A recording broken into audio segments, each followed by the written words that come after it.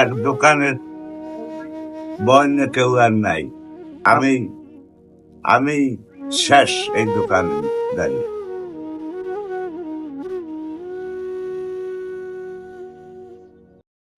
দর্শক, এখন আমি আপনাদের শোনাবো গোপাল কর্মকারের গল্প।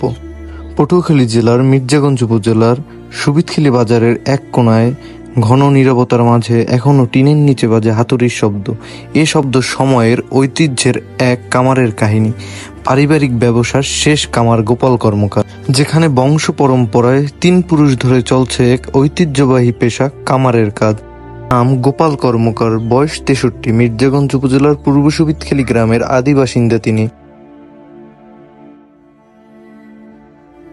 দাদা বসন্ত কর্মকার এবং বাবা সূর্য কর্মকারের দেখানো পথ ধরে মাত্র 15 বছর বয়সে ধরে নিয়েছিলেন পারিবারিক ব্যবসার হাল।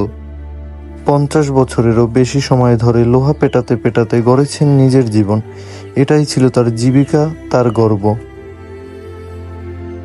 কিন্তু ক্লান্ত মুখে গোপাল কর্মকার বলেন, সময় বদলেছে।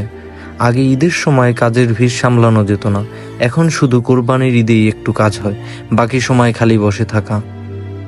গোপাল কর্মকার আরও জানান, গোপালের 2 ছেলে কেউই আর আগ্রহী নয় এই পেশায়। আধুনিকতার জোয়ারে ভেসে যাচ্ছে এই ঐতিহ্য। এখন হয়তো শেষ প্রজন্ম গোপাল কর্মকার নিজেই। বাপ দাদার 3 পুরুষের ব্যবসা, এখন ব্যবসায় হাল চাল ভালো না। আগে ছিল, এখন ব্যবসা নাই। কোন রাম খাইলে থাকি। মোটামুটি 2 ছেলে বইয়া, আর এক দোকানের বন্য কেউ আর নাই। আমি শেষ এই দোকানে দাঁড়িয়ে।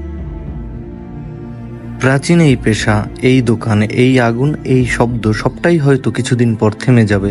গোপাল কর্মকারের মতো এরকমের যারা পারিবারিক ব্যবসার শেষ কামার, তারাও হয়তো হারিয়ে যাবে আস্তে আস্তে। একজন গোপাল কর্মকারের গল্প মানে একটি জাতিগত পেশার কাহিনী।